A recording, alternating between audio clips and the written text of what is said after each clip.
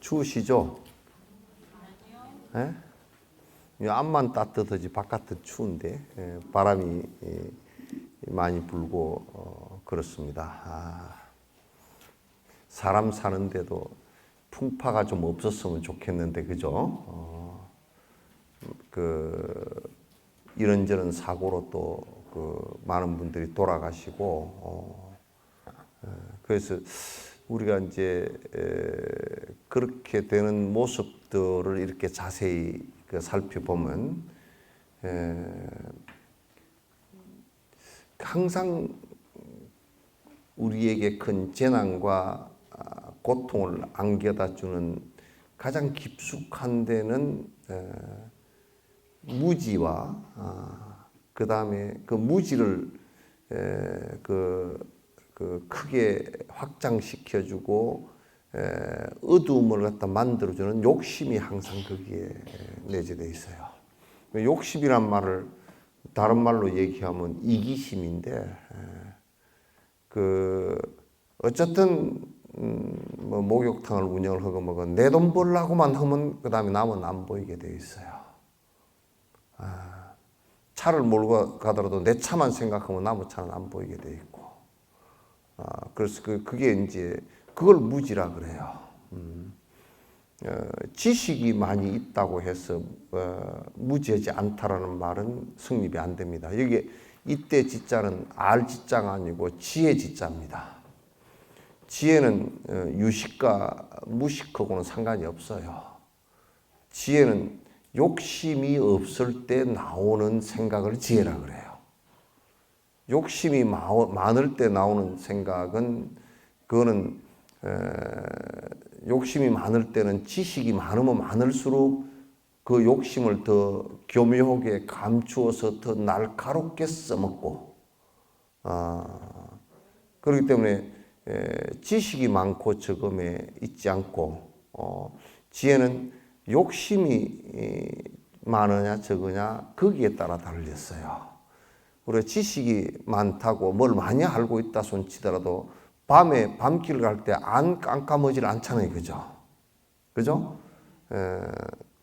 지식이 많건 적건 간에 밤에 불빛이 없으면 깜깜합니다. 그죠? 그런데 마치 지혜라는 것은 낮에 걸어가는 것과 눈 뜬 자가 낮에 걸어가는 것과 똑같아요. 그것도 지식이 많고 적은 거 상관없이 눈 뜨면 그냥 보이는 거예요. 햇빛이 있기 때문에. 저거는 푸른색이고 저거는 언덕이고 저거는 엉구렁이고 다 보이는 거예요. 보이는데 지혜라는 것은 마치 해가 떠 있을 때처럼 밝게 보이는 것을 얘기해요. 그때 밝게 보이는 해 뜨는 것처럼 밝게 보이는 것은 그게 뭐냐? 어떻게 해서 그렇게 되냐? 욕심이 없어야 가능해요. 욕심을 두고서는 절대 박사기가 한 300개쯤 앞에 붙었어도 어두워요. 여러분 잘 아시다시피 본인들은 억울해 하시겠지만은 우병우 씨나 김기춘 씨 같은 그런 분은 고시에 합격할 때 다 수석 합격이에요. 장원급제한 사람들이에요. 굉장히 똑똑한 사람, IQ도 높고요. 아주 머리 굉장히 좋고 많이 배우고 많이 듣고 한 사람인데 왜 어두울 것이 삶에 있어서의 어두운지 한번 잘 봐보시면 알아요. 그거는 이기심을 놓지 않았기 때문에 그렇게 된단 말이죠. 그래서 내가 법회 때 내가 얘기를 했다고. 우리 할머니는 초등학교도 안 나와도 교도소 안 갔다고. 응? 아시겠죠? 지금 우리가 추구하고 있는 것은 전부 지식이 많고 높은 자리에 올라가고, 어두운 사람이, 지혜가 없는 사람이 높은 자리에 올라가면 더 골치가 아파요. 그렇죠?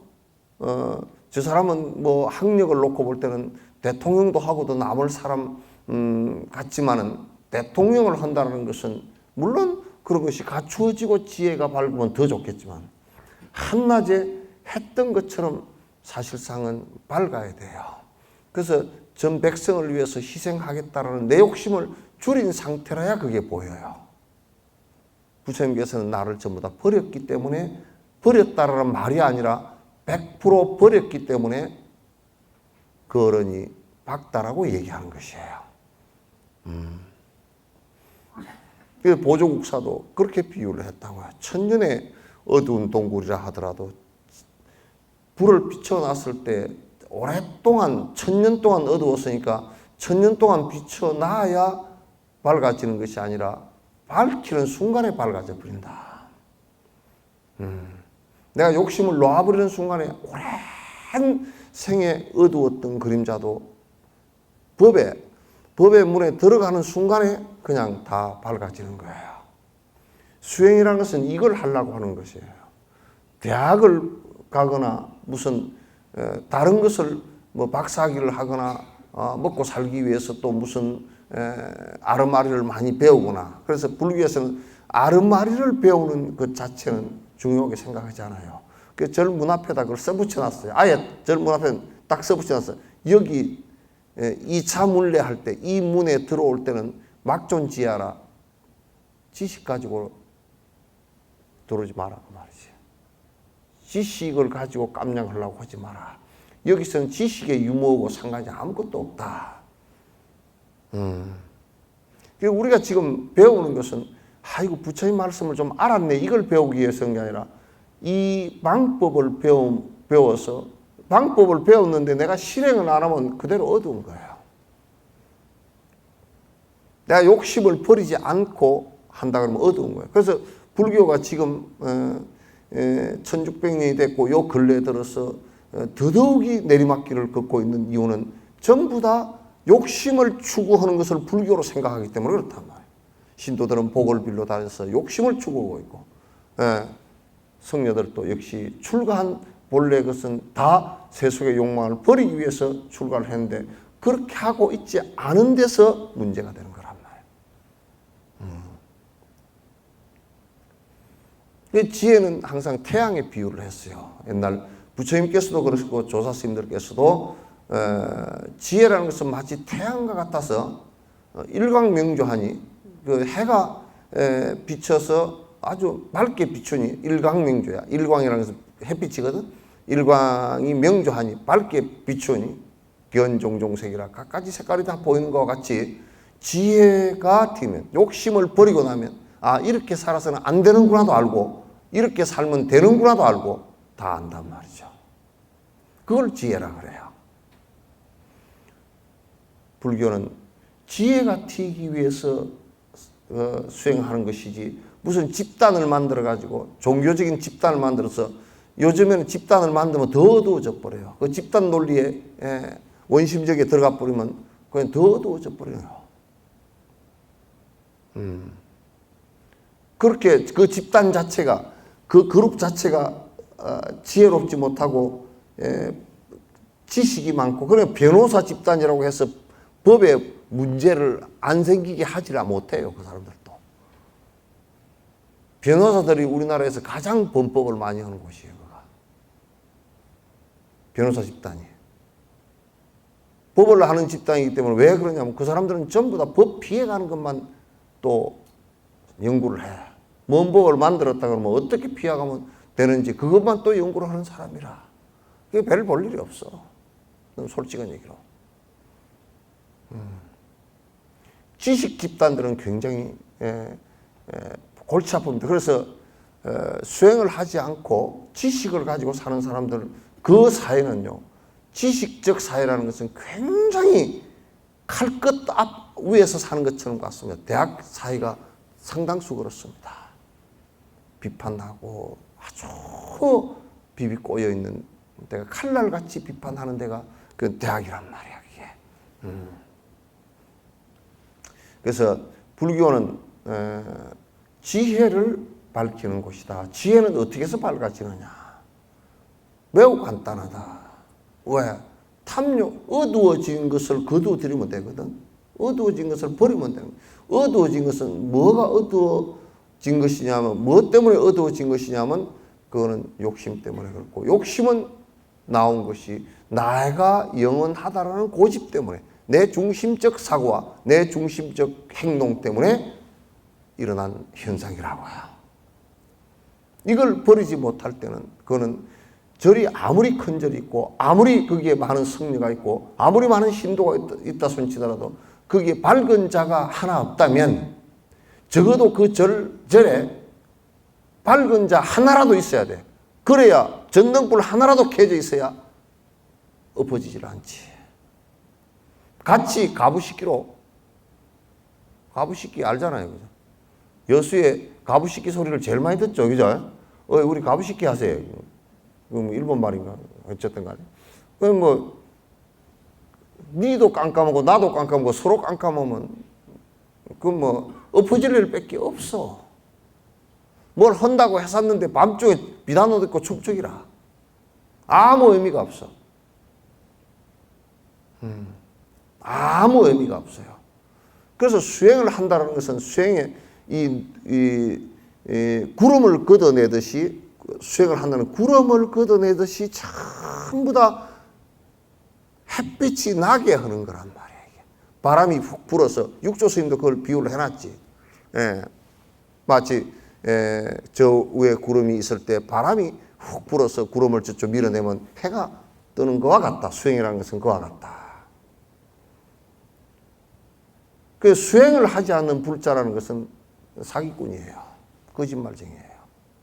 수행을 하지 않는 절이라는 것은 이름만 절이지 절이 아니에요. 수행을 하지 않는 신도 또는 출가자, 성녀라는 것은 거짓말쟁이들이에요. 말짱 거짓말들이에요. 거짓말만 하면서 불교인 척하면서 불교가 아닌 거예요. 공산주의 이론의 그 사과 같은 존재들이에요. 끝은 빨간데 속이 안 빨개. 사과 깎아보니까 속도 빨간 사과 있었디요? 그래서 그 사람들은 뭐냐면 자두 같은, 아주 끝도 빨갛고 속도 빨간 자두 같은 존재가 돼야 된다, 이렇게 하는 거야. 그건 뭐 공산주의자들이 하는 얘기니까, 비유를 든 얘기니까. 적어도 끝은 불교다 그러면서도, 뭐 불교다 그러면서 그럴듯하게 절에 다니고 염주 걸고 뭐 염주 가지고 뭐 쫑글쫑글 해서면서 다니도 욕심 부리지 않았다, 그런 새빨간 거짓말이야. 수행자도 아니고, 나는 뭐 절에 다니는데 내가 무슨 수행자냐? 절에 다니는데, 절이라는 것은 수행자 아니면 그건 그 절 신도도 안 돼요. 뭘 믿고 사는디? 이와 같이 이 세상에 불교를 믿는다라는 것은 그런 부처님의 지혜를 믿고, 부처님께서 그렇게 하면 저 태양이 떠서 우리가 세상을 바라보도록 보는 것과 똑같이 내가 밝게 세상을 바라볼 수 있고, 인과의 긴가 아닌가, 이거 명확하게 구분해서 우리가 인과를 갖다 맵게 받을 수 있는 일들을 하지 않고 여러 중생에게 이익돼서 너와 내가 더불어서 잘 이익될 수 있는 일들을 해 나가는 것을 수행이라 그런단 말이죠. 아시겠죠?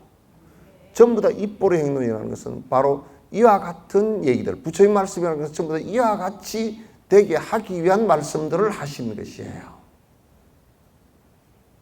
그 외에는 없어요. 부처님 말씀에 뭐 복을 빌면 온다 그런 얘기도 한마디도 없고요. 예?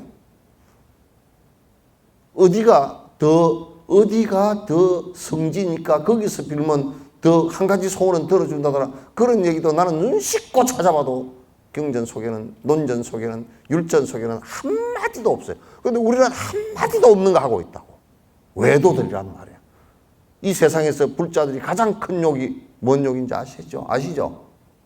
저런 외도 같은 놈.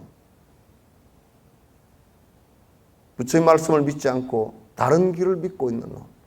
껍데기는 불자라 그러는데, 껍데기는 그렇듯하게 절에 다니는데 알맹이는 전혀 아닌 것. 사과 같은 존재. 그럼 뭐 그렇게 하고 살면 뭐 어째서 그러냐고.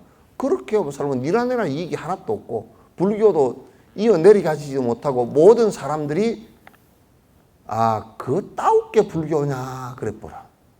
그래서 여러분들도 사실 부모들이 죄가 커요. 자식들이 불교 잘 안 믿는다. 지독스님도 죄가 크지만 여러분은 더 커. 여러분 이 여수의 신도들 불교 믿는 꼬라지를 보면, 나도 내가 만약에 자녀였다 그러면 저대 엄마 믿는 거 보고 안 믿어. 저대 아버지 술 먹고 날 믿고 살아라 그러면 아버지 술 먹는 걸 어떻게 믿고 사나 아들이. 못 믿고 살잖아요. 그죠? 다 믿고 사는데 나만 그렇게 생각합니다. 아버지 술 먹고 엉망진창인데 그걸 아들이 아버지 믿고 살아요? 그와 마찬가지로 어머니가 싹싹 빌면 온다는데 가만 좀 머리만 깬 놈 들어서 싹싹 빌어서 올 게 없는 것인지. 왜냐면 애들은 어려서부터 산수를 배우거든. 1 더하기 1은 2니라 배우잖아요. 그죠? 그런데 여러분 100 곱하기 0은 얼마요? 산수 안 배웠나 봐요. 0이잖아요. 그죠? 그러니까 100이라는 것은 뭐냐면 갑바에 가서 100날 빌어도 원인이 되지 않고 조건이 안 되는 제로를 곱하기를 하면 그게 제로, 답이 제로가 나온다고요. 아무 결과가 없어요. 결과가 제로예요. 한 가지를 하더라도 결과가 1 더하기 1을 하더라도 2가 나올 수 있게끔 만들어야 돼요. 이게 불교예요. 내가 남에게 해를 끼쳤는데 내게 복이 될 리가 없어요. 그러시겠죠? 우리 처사님하고 저 한 사람하고 이쪽 세 사람 대답해요. 남한테 해 끼쳐도 괜찮다는 말이요? 그건 도덕적인 얘기가 아니에요. 남에게 해를 끼쳤을 때 좋아질 수 있는 가능성은 0%예요. 그냥 마이너스. 그것보다 더 안 좋아질 수도 있어요. 근데 우리는 이렇게 얘기만 알아듣는데 무엇이 남에게 안 좋게 하는 일이냐 이렇게 얘기하면 잘 몰라. 뭐가 남에게 안 좋게 하는 일이요?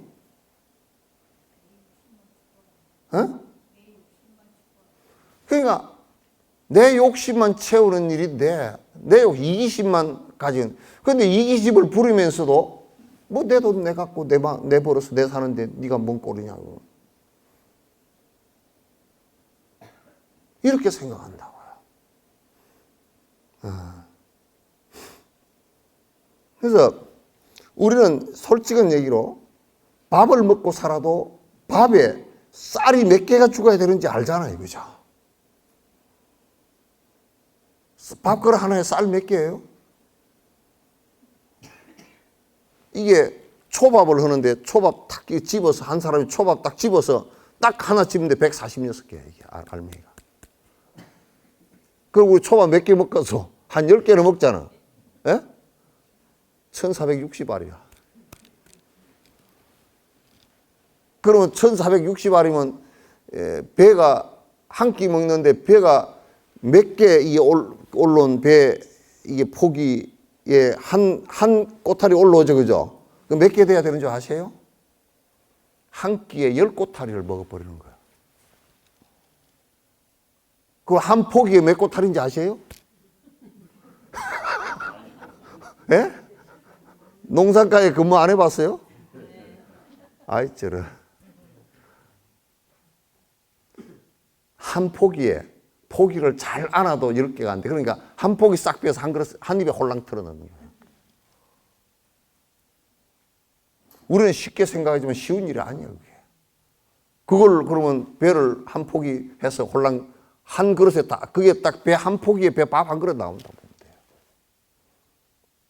그것도 올배야. 먼저 심은 배. 언제 심은 배요? 6월 하진물에 심은 거 말고 6월 초거나 5월 말에 심은 배, 그때 심으면서 이 몇 개 정도 심느냐면 한 4개 정도, 5개 정도 심었을 때 포기를 안아서 그 정도 돼요. 그러면 그거 농사 짓는데 그것만 피해를 주나요? 한 포기 한 끼로 뭐 하루 3포기 홀랑 먹습니다. 3포기 홀랑 먹고 그 먹는다고 약쳐 가지고 얼마나 많은 생명을 두드려 주겠어요? 제초제 치지, 또 살균제 치지, 살충제 치지, 한 번 치는 게 아니라 좀 어려운 때는 5번씩 친다고요. 그러니까 곤충이 죽은 것만 해도 한 포기당 평균 서너 마리씩 다 죽었다. 그렇게 하고 우리는 빚을 지고 사는 거라 사실.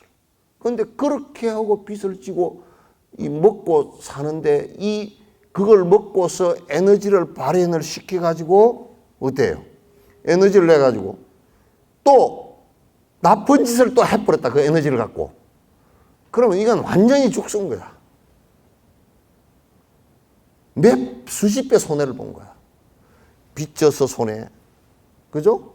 모든 생명체 해치면서 먹었는데 그 손해. 또 그 에너지를 가지고 또 남을 해를 끼쳤으니 또 손해. 지가 무슨 복을 갖다 무량대복을 짓고 나왔기에 그렇게 평생 동안을 손해만 끼치고 살았는데 잘 될 리가 없잖아. 늙어가게 아주 우습게 돼. 이 에너지를 받아서 적어도 내가 해를 끼친 것보다는 좀 더 생명들에게 이익을 줄 수 있어야 돼. 그죠? 예. 네. 그게 우리가 참회해야 되고 부끄러워해야 되고 우리가 좀 더 깊이 생각해서 내 에너지 조금이라도 남을 때, 조금이라도 남을 때 내가 이 에너지를 갖다 조금이라도 먹은 걸 생산 잘 해서 좋게 여러 사람에게 행복에 도움되는 것을 갖다 해도 잘 못하면 잘 못 갚아 다. 그것도 효율성 있게 해야지.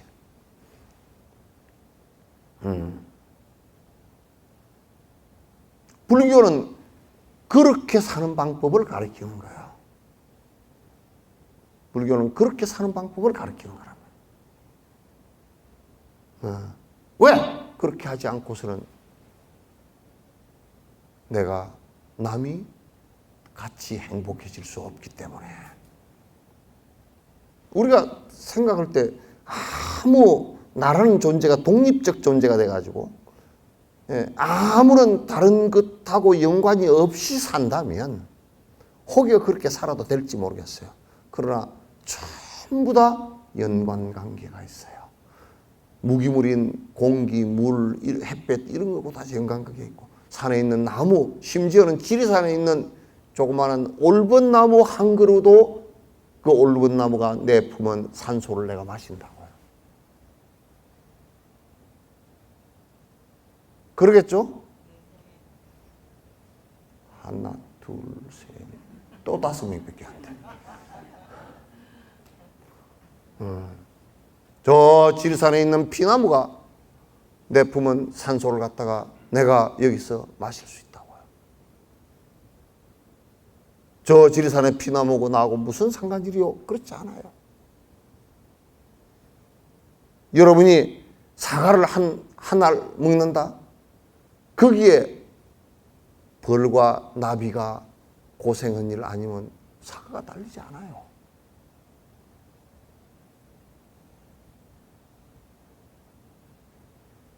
전부 다 내가 꿀벌이 또는 나방이 왔다 갔다 일한 덕분에 그들 덕분에 내가 먹는다. 그런데 우리는 나방이 다니면 이 사람이라는 이 호모 사피엔스 이건 정말 개떡 같은 존재들이야. 나부터가. 지한테 이익을 준 나방한테 약을 팍 쳐버려 그냥. 죽으라고. 그와 연관관계가 그와 인연이 있는 관계인 줄 알지 못하고 그는 적으로 나를 갖다 이익되게 하는 것인데도 그를 적으로 생각합니다. 내가 이런 얘기를 자주 하죠. 불란스의 식물학자가 어느 날 연구를 해보니까 불란스 파리가 큰일이 난 거야. 왜 큰일이 났나? 가만 조사를 해보니까 여자들 때문에 큰일이 났어. 불란스 파리가 여자들 때문에 큰일이 났다 그러니까 아무도 못 알아들어. 왜 그러냐? 여자들이 화장을 많이 하는데 어떤 제품을 많이 사 쓰느냐 하면 천연향이 나는 장미향도 천연에서 뽑아서 쓰고 천연향이 나는 아카시아향도 천연에서 뽑아서 그러니까 벌이 얼마나 좋아하겠어. 그죠? 벌이 와서 쏴버려. 아니 저 여자가 가는데 이게 화장품 파는데 아카시아 향이 나서 꿀벌이 따라가서 뭐 붙어보니까 꿀이 없어. 보니까 따뜻해. 딱 쏴버려. 그래가지고 파리의 여자들이 벌에 자꾸 쏘여. 곤충에 물리고 벌에 쏘이고 나비가 날아와서 붙고 이게 뭔 일이냐. 이게 빌어먹을 나비들 이거 다 벌이랑 다 잡아야 된다. 약불이라 그래가지고 약을 때려 뿌려. 공중에서 살포를 다 해버려. 그러니까 다 이제 해마다 보건국에서 약을 때려 뿌려. 근데 이제 문제는 뭐냐면 한 20년 지난 뒤에 보니까 이게 나무나 풀이 씨가 번성이 안 되고 있는 것만 크는 거야. 왜? 벌과 나비를 다 죽여버렸으니 이 씨가 수분이 안 돼. 꽃이 피어도 수분이 안 돼. 이 씨가 달려가지고 이게 새도 주워 먹고 다니면서 여기저기 뿌려놔야 또 여기도 나고 저기도 나고 이렇게 할 건데 여러분요 이 밭을 싹 골라놨는데 그냥 봄에 잡초가 여러 가지가 많이 올라오잖아요. 그 대단히 그 환경이 잘 돼 있다는 뜻이에요. 건전하다는 뜻이에요. 근데 이게 까딱하면 식물군에 큰 문제가 발생해요. 그러니까 결국 화장품 때문에 나비나 벌 죽이고 그 20년 지나고 나니까 나무들이 문제가 돼버린 거예요. 그 여자 때문에 나무가 문제가 돼. 그럼 이게 왜 문제가 되냐? 파리 시내 식물군이 다양하지 못하면 또 역으로 뭐가 돼? 그 식물의 꿀을 먹고 사는 곤충이나 이런 게 또 사라지게 되는 거야. 또 그걸 먹고 사는 새들이 또 사라지게 되고. 그래서 이거 안 되겠다 그래가지고 다시 원 상태로 돌리기 시작했어요. 그래서 화장품을 생산하는데 벌이 안 따라오는 향수를 갖다 개발하고 그래가지고 벌들이 요즘에는 안 헷갈린대 이제. 그러니까 우리는 어떻게 생각하느냐? 내 얼굴에 화장품 바르는데 벌 리용으로 상관없다 생각하지만 상관이 있다니까. 그죠? 이와 같이 우리는 전부 다 연관관계에 있어요. 독립되어져 있는 관계라는 것은 이 세상에 없어요. 독자적 존립이라는 것은 있을 수가 없어요. 전부 다 연관관계에 있어요. 그래서 파리에서도 그 벌과 나비가 행복하면 식물이 행복하고 식물이 행복하면 사람도 덩달아서 행복하다.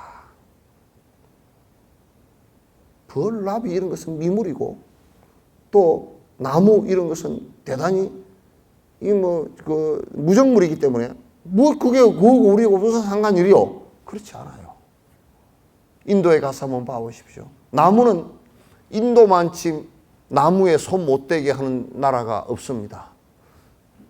나무 관리를 철저하게 합니다. 썩은 나무까지도 허가를 안 내면 못 빼게 돼 있어요. 썩은 나무까지도 못 건드려요. 바람이 불어서 엎어져 버린 나뭇가지도 결국은 시에서 나와서 자르게 돼 있지 못 자르게 돼 있어요. 왜? 나무가 없으면 더 죽어요.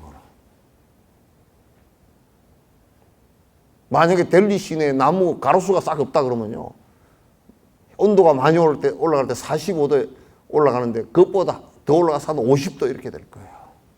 못 살아요. 그러니까 델리 시내에 나무를 심어놓고 나무 심어 놨는데 소가 먹어버리고 다른 거 먹는다고 철망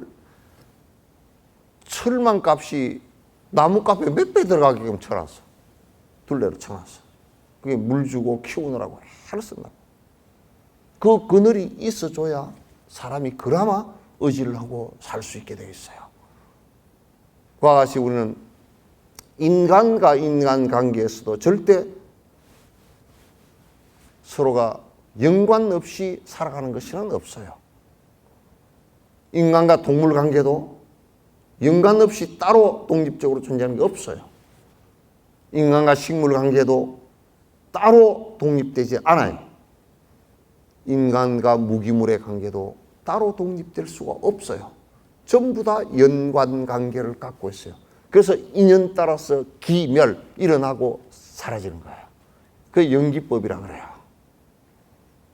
그러면 이제 우리가 행복하다는 것은 뭐냐면 나와 연관 관계에 있는 내 생명이 유지되고 있는 나와 연관 관계에 있는 모든 것들이 다 행복해야 나도 더불어 행복할 수 있어요. 그러니까 나는 그들을 행복하게 해줄 의무가 있어요. 나만 독자적으로 행복하다라고 하려고 하면 그가 피해자가 되고 그가 피해자가 되면 나도 피해자가 돼요. 결국 돌아오게 돼 있어요.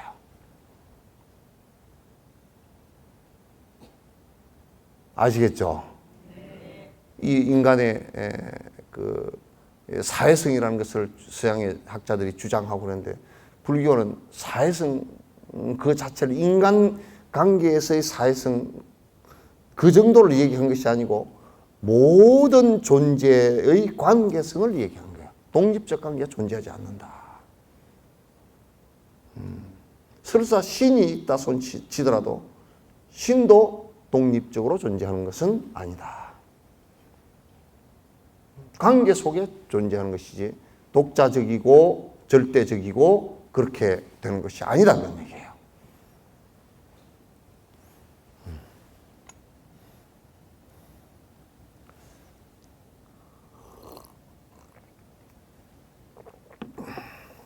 여러분 불법은 꼭 이렇게 먼저 생각을 해야 됩니다. 그래서 내 행복이라는 것은 내 혼자의 행복으로 절대 담보되지 않는다. 우리가 가족을 하나 놓고 보더라도 그 집안의 엄마의 건강이 자식과 가족 전체의 건강과 직결됩니다. 아버지의 건실함이 그 가정의 건실함과 직결됩니다. 아이들의 건강함과 아이들의 행복은 그 가족 전체의 행복이 됩니다. 그래서 한 가족 단위를 이룰 때 나보다는 우선시하는 것이 그 가족에서 내가 우선시 되면 그 가족은 이기적이 돼서 가족은 해체되고 맙니다.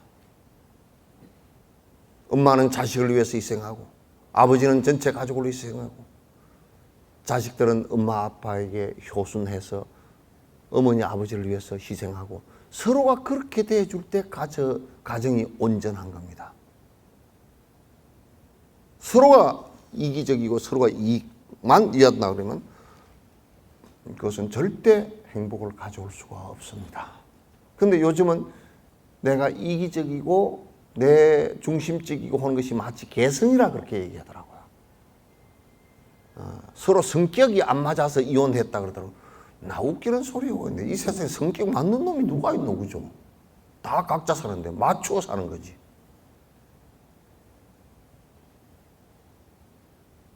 예를 들어서 여러분 그 부부끼리 사시는데 성격이 탁 죽작 합작으로 감을 탁 쪼개놨다 붙이면 딱 맞잖아요, 그죠? 감 탁 쪼개서 그래서 감쪽 같다 그러잖아요. 딱 잘 뜨는 칼로 딱 쪼개는데 딱 붙이니까 딱 붙어. 감쪽 같다.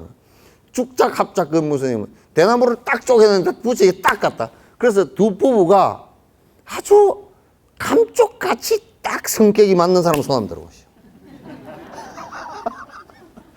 아니 솔직히 막 아주 한번 죽작 합작으로 딱 맞다.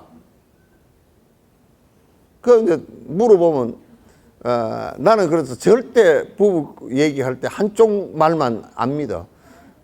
이게 보살님들 얘기 들어보면 절대 자기가 참아서 그 가정이 유지됐대. 그러나 가만히 보면 어떤 데는 보살이 되게 뺀댕이 같은 사람들이 있어가지고 처음 들을 때는 그 보살이 참아서 된 거잖아요. 나중에 저사를 만나보니까 저사가 훨씬 훌륭하더라고. 저사가 훨씬 훌륭해. 아이고 저러니까 살았지. 저 어찌 뺀댕이고 같이 살았을까요? 저사가 훨씬 훌륭해. 아주 부들부들하고. 그래서 저사한테 물어보니까 뭐라 그러냐면 내가 그냥 져주고 살죠. 그런데 근데 그 보살한테 물어보면 자기가 져주고 산대. 그래 놓고 가끔 자가당착을 해. 자기 스스로가 자기 헛말을 부정할 때가 있어. 내가 참아가면서 삽니다. 내가 져주고 삽니다. 그럴 때 그래도 내가 고집 부리면 이겨요. 그래 그러고 살더라. 그거 거짓말 아니야. 앞에 헛말하고 틀리잖아. 이게 맞춰가면서 살지 절대 딱 맞는 게 없습니다. 왜 그러냐면 이게 한 입에서 태어난 이빨도 딱 안 맞아. 그죠? 어떤 이빨은 안으로 들어가 있고 어떤 이빨은 그래 어찌가 억지로 달아지다 보니까 맞춰진 거지 안 맞아요. 우리 집에 동백이라는 강아지가 있는데 전에 아버지는 크고 전에 엄마는 조그마한데 턱은 아버지, 아래턱은 아버지 닮고 위턱은 엄마 닮았어. 그래 이렇게 됐어. 위에가 쏙 들어가고 뒤가 이만큼 밑에 이만큼 나왔어. 그러니까 한 배속에서 나왔는데 턱이 서로 안 맞다니까. 여러분 거울 볼 때 딱 눈을 이렇게 봐보면 양쪽 눈이 똑같습디요? 짝눈이죠? 그것도 좀 피고 놓으면 더 짝이 되고. 짝눈이죠. 그 한 얼굴에 붙어있는 콧구멍도 크고 작고 오고 눈도 크고 작고 오고 아예 옛날에 어떤 사람이 결혼을 했는데 얼마나 이 남자가 말이야 결혼이 잘 안 돼. 그 이유가 뭐냐면 눈이 쬐까만한데 딱 위로 올라갔다고 이렇게. 그래가지고 이 사람은 절대 다음 세대가 태어나면 내 아들이 태어나면 눈이 이렇게 된 놈은 안 낳아야 되겠다 싶어서 마누라를 요렇게 된 사람을 만났어. 그 나중에 태어났는데 보니까 여기 요렇게 됐더래. 그러니까 이거 마음대로 안 돼. 맞춰서 사는 거지. 절대 마음대로 안 됩니다. 마음대로 안 돼. 맞춰서 사는 거야. 이 세상에 그래서 이 입보랭이는 여기도 그 얘기를 하는 거야. 산티데바가 이 산천을 전부 다 가죽으로 다 덮어서 내가 쫓아다니면 발에 가시가 안 들게 되겠잖아요. 그죠? 임금 같은 놈은 그렇게 하기가 쉬워. 그런데 내 발 밑에 가죽 하나만 붙이면 될 일을 이 산천에다 다 왜 까느냐고 말이야.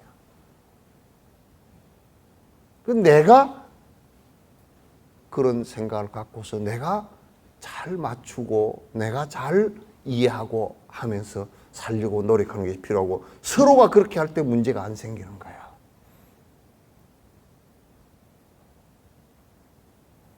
불법은 맞추어 가면서 사는 것이지 처음부터 맞추어진 것은 없어요. 처음부터 맞춰진 것 없어. 그래서 이제 부부끼리도 잘 맞춰가면서 살다 보면 처음에 가서는 아이고 영감쟁이는 짜게 먹고 나는 싱겁게 먹고 같이 못 살겠다. 밥을 할 때 처음에는 싱겁게 하고 짜게 하고 해가지고 서로 먹다가 그것도 안 돼가지고 또 뭐 이래저래 하다 보면 나중에 한 10년 살다 보면 다 섞어져 버려요. 다 섞어져 가지고 그냥 내가 언제 싱겁게 먹었던가 그러고 이제 말아버려. 그래서 뭐가 달아지는 거야. 그러니까 난 내가 제일 어떤 때는 그 참 이 세상이 어렵다라는 생각을 갖다 할 때가 상대를 이해한다는 게 얼마나 어려운가 내가 이 생각을 항상 해. 상대를 이해한다는 게. 아이 내가 I see 내가 알겠다. 당신 알겠다. 이렇게 얘기하는 것 자체가 굉장히 어려운 문제라. 여러분 영감님 잘 알겠습디요? 모르겠습디요? 잘 알겠는 사람 손 한번 들어봐봐. 내가 좀 물어볼 일이 있으니까. 잘 알겠습디요? 그럼 자식 새끼들 지속해서 난 자식 새끼들 잘 알겠습디요? 커갈수록 모르겠죠, 그죠? 커갈수록 모르겠어. 그거 이제 놔두고 지하고 같이 사는 지는 잘 알겠습니까? 자기하고 같이 다니는 지는 그 나는 이제 농담으로 그러죠. 농담이 아니지만은 제발 나가면 식구들은 제발 어디 나가면 어디 갈 때 간다고 얘기하고 올 때 언제 돌아오겠다고 좀 얘기하고 가라. 그러면서 내가 덧붙이는 말이 있지. 니는 네가 그 가서 있으니까 네가 어디 있는지 알잖아. 나는 모르잖아. 그러니까 제일 바보 같은 놈이 지는 지가 그 자리에 있으니까 지는 지 있는 데를 아니까 뭐라 그러냐면 내가 어디 있느냐고 여기 있다고. 근데 지네 엄마랑 식구들은 모르잖아. 그럼 배려하는 마음이 없어가지고 지는 여러분들도 자기가 어디가 있는지 알죠, 그죠? 근데 식구들이 자기가 어디 있는지 알까요? 근데 식구를 배려하는 일이요, 그게? 배려하는 일이 아니잖아요.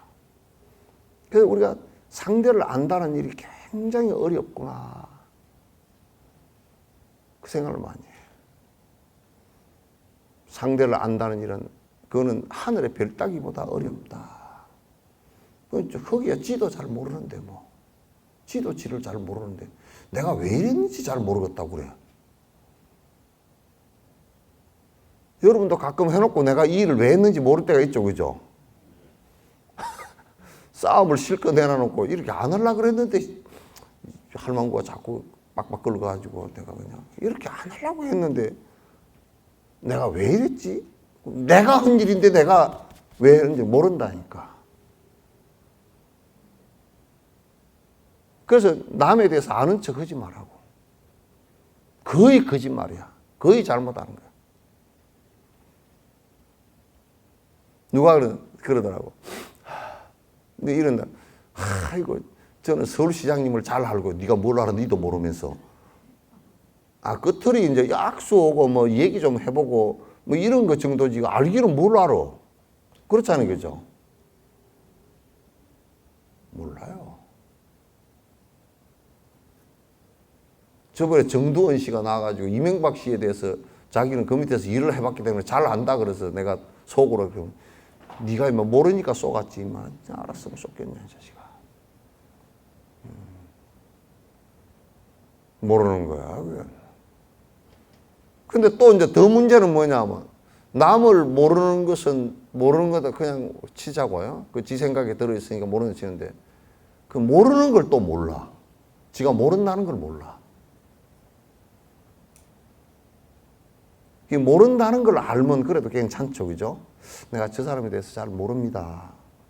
그걸 알면 이제 내 눈에 비치는 대로만 이제 보이는 것이지. 그러나 모른다는 걸 모르고 다 안다라고 그럴 때는 다 진짜 모르는 거란지. 어떤 보살님이 하도 안 좋아서 이혼을 하셨는데 이혼하시고 나서 나한테 하시는 말씀이 뭐라 그러냐면 자기는 영감을 잘 아는 줄 알았대요. 이혼하고 나서 보니까 하나도 모르겠더래. 그게 정답이라고. 모르는 걸 아느냐 그랬더니 모르는 걸 인지해서 알았다. 인지해서 결혼해서 살면 잘 살겠어 내가 그랬어. 인지해서 결혼하고 살면 잘 살겠어. 모르는 걸 모른다고 인정을 해야 그래야 이제 조금이라도 알아지는 것은 아는 것이니까 안다고 하면 아는 것도 몰라요. 이제 불법은 모르는 것을 모른다고 잘 아는 것이 불법이에요. 일단 내가 이건 모른다라고 하는 것을 잘 본인이 알아야 돼요. 알아야 돼요. 참 나 자신을 들여다보기 어렵습니다. 여러분 거울 없고 물 들여다보지 않을 때 지 얼굴 볼 수 있습니까? 못 봐요. 그래서 아마존 지역에 사는 원주민들은 거울을 한 번도 안 본 이런 종족들은 아직도 자기 얼굴이 남 얼굴은 잘 봐요. 이렇게 잘 아는데 지 얼굴은 잘 몰라요. 그래서 거울을 비춰주면 그게 거울 속에 있는 그놈이 진 줄 몰라가지고 부끄러워가지고 내가 이렇게 생겼냐고 그렇게 얘기한다고요. 지 얼굴을 잘 몰라요. 그런데 지 얼굴을 알기가 굉장히 어려운 거예요, 사실은. 그러나 불교는 자기 얼굴을 아는 거예요. 자기 마음 일어나는 것을 다 관찰하고 알고 그걸 고치려고 하는 일이 불교예요. 아시겠죠? 부처님 말씀은 전부 다 처음부터 끝까지 자기 자신을 들여다보고 자기 자신에게서 모든 것이 비롯된다는 것을 아는 거예요. 자기 자신의 무엇으로부터? 그 시작점은 마음으로부터라는 것을 잘 알아요. 그 마음을 잘 관찰해 보는 것을 갖다 비파사나 그래요. 그 마음을 잘 가라앉혀서 자기가 투영하게 비춰볼 수 있는 이 생각을 이 모양을 쌓았다는 거예요.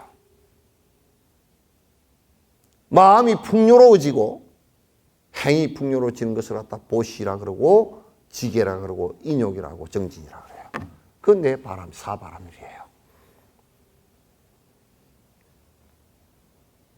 불법은 정진하는 데 있어요. 정진하지 않는다면 불법은 의미가 하나도 없어요. 아무리 큰 절을 세우고 아무리 거기에 큰 의식을 실행을 하고 아무리 많은 사람이 모여있다 손치더라도 그 속에서 자기예요. 모든 출발점은 자기로부터예요. 100만의 군중이 있다 손치더라도 그는 자기로부터예요. 자기 어디로부터? 마음으로부터 시작해요.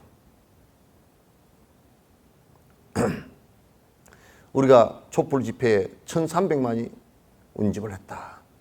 연리는 1300만이 마음이 순간적으로도 같아진 거예요. 굉장한 일입니다. 우리 한국 역사상 4.19 때나 5.16은 혁명도 아니지만 군사 쿠데타도 하지만 이런 혁명 때 4.19나 강주 민주화운동 이럴 때보다도 이 촛불 혁명은 가장 위대한 혁명의 완성이에요. 피도 한 방울 흘리지 않고 그대로 다 마음이 하나가 딱 된 거예요. 그 한 사람 한 사람 개개의 마음이 전부 다 모여서 1300만의 마음으로서 그 꽃이 불이 탄 거란 말이에요. 그 모양이 나타난 것은 촛불로 나타났지만 실제로는 그 마음의 표현이란 말이에요. 우리들 마음도 이와 같이 모든 것들 가운데 모든 것이 나로부터 나의 무엇으로부터 마음으로부터 시작한다. 나의 무슨 마음으로부터? 선한 마음부터 시작하는 거예요. 행복은 선한 마음으로부터 시작하는 것입니다. 나의 변화가 없이는 극락도 없고 천국도 없습니다. 내가 변하지 않고서는 그 어떤 것도 변하지 않습니다. 지금 사람들은 자꾸 바깥만 변화시키려고 20평짜리 아파트에서 30평짜리 가려고 그러고 어저께 중형차를 탔으면 오늘 대형차를 살려고 그러고 뭐 옷을 어쨌으면 또 다음에 뭘 입으려고 그러고 내가 어디에 사는 거다 또 뭐 오늘은 뭐 지위가 뭐였으면 다음에 뭐 이러려고 그러고 계속 외형적으로 행복을 추구하려고 애를 쓰고 있어요. 그러나 그 외형적 추구라는 것은 행복이라는 것은 그건 행복이라고 불교는 안 그러고 그냥 즐거움이라 그래요. 그 즐거움은 잠시입니다. 차를 갖다가요, 주행차를 타고 있다 대행차 좋은 걸 샀다. 차 사시기가 기분 좋다 그러지만 좀 지나고 나면 기분 안 좋은 일만 나와요. 세금도 더 많이 내야 되고, 다 더 많이 내야 되잖아요. 그죠? 가다가 펌프를 긁어버렸는데 펌프 값도 더 나오고, 수리비 더 나오고, 뭐. 그러니까 폼 잡은 인과가 너무 커. 이 세상은 폼생폼사라. 힘들어. 그런 것을 행복으로 알고 추구를 하는 것이 세상의 세속의 모습이에요. 그러나 외형적 행복은 오지 않는다는 것은 자명한 사실이에요. 아무리 시설을 짜내놓고 아무리 좋은 것을 만들어 놓고 편리하게 한다 손 치더라도 편리하면 편리할수록 더 짜증이 많아져요. 아니, 우리가 인터넷 없을 때 한번 생각해 보면 인터넷이라는 게 없을 때는 참 만약에 미국에다 전화를 하려고 그러면 옛날에 이거 자석 전화 있잖아요. 이거 해놔놓고 3시간, 4시간 기다리다 어이 내 소리 들리는가? 하다 끊어져 버려. 아니 나는 이 지금 중계를 하잖아요. 남아프리카 공화국에서 본다니까. 지금 실시간으로.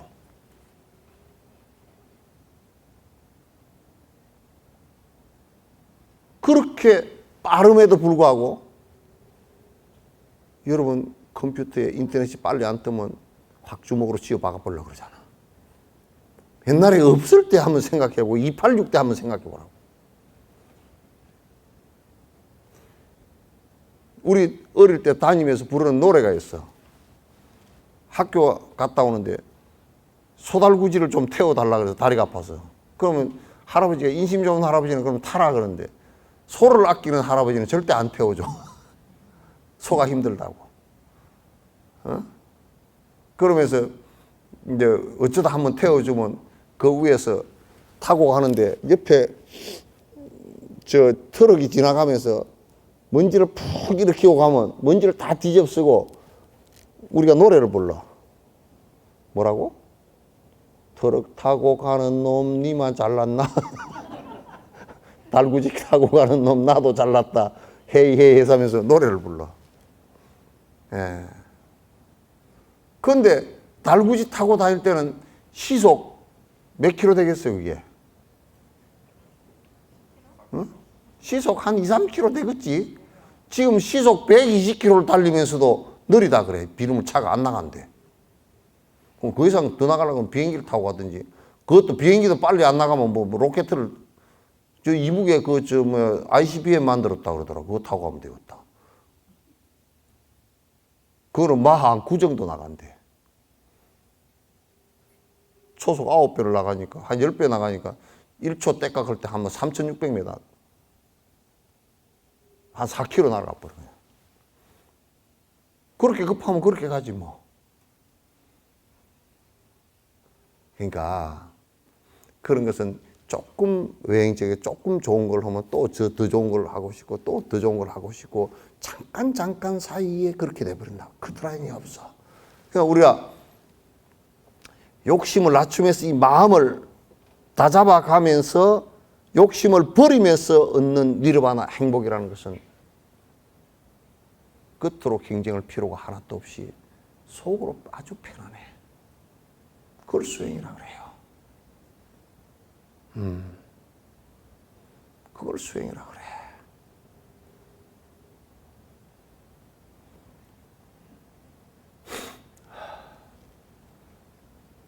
나는 우리 불자들이 빨리 수행들을 해서 각 절들에서 참 깨어있는 모습으로 정말 한 사람 한 사람이 부처님의 일부분을 실천하고 사는 사람들이 됐으면 좋겠어. 부처님한테 빌로 다니는 거지가 되지 말고. 그 나는 내가 좀 과한 표현이지. 절에 막 그 기도처에 기도하러 가고 초하룻 날 막 보살들 그냥 좀 인터넷 나가지만 해도 내가 이상한 소리 하나 할게. 도시고 가는 거 보면 말이야. 절에 도시고 가는 거 보면 아, 거지들 빌로 가는구나. 그 생각이 딱 들어. 딱 거지밖에 안 돼. 돈 많은 내놨다고 안고 시방 3세 어쩌고 저쩌고 누구 수명 장수하고 10,000원짜리 수명 장수가 어디 있노? 내놓으려고 하면 한 1,000억 정도 내놔라. 그래야 좀 명이 길어지든지 어쩌네. 1,000억, 1,000억을 1조 원을 주고서도 1초도 안 길어져.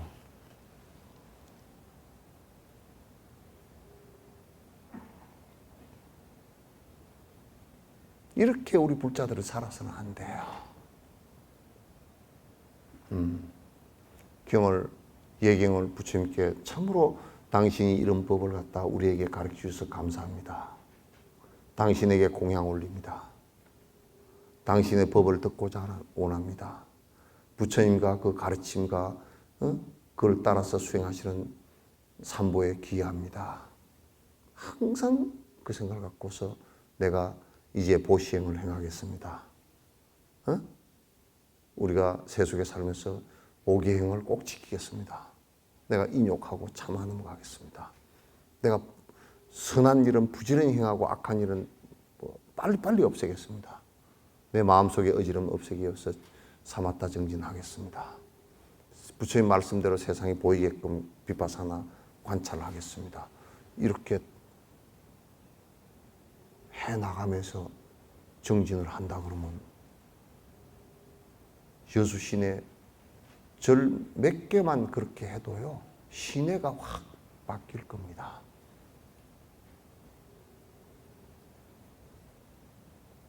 누구가 먼저 깨어나더라도 상관없습니다. 욕심으로부터 빨리 깨어나야 됩니다. 어둠으로부터 빨리 밝아져야 됩니다. 어둠이라는 것은 욕심 외에는 없습니다. 더러운 것도 욕심 외에는 없습니다. 가장 배기 싫은 것은 이기심 외에는 없습니다. 불법은 그거 없애는 방법입니다. 왜? 그게 전부 다 우리를 고통으로 끌고 가기 때문에. 고통을 없애려고 하면 그거 없애는 방법에는 뭐가 있겠습니까?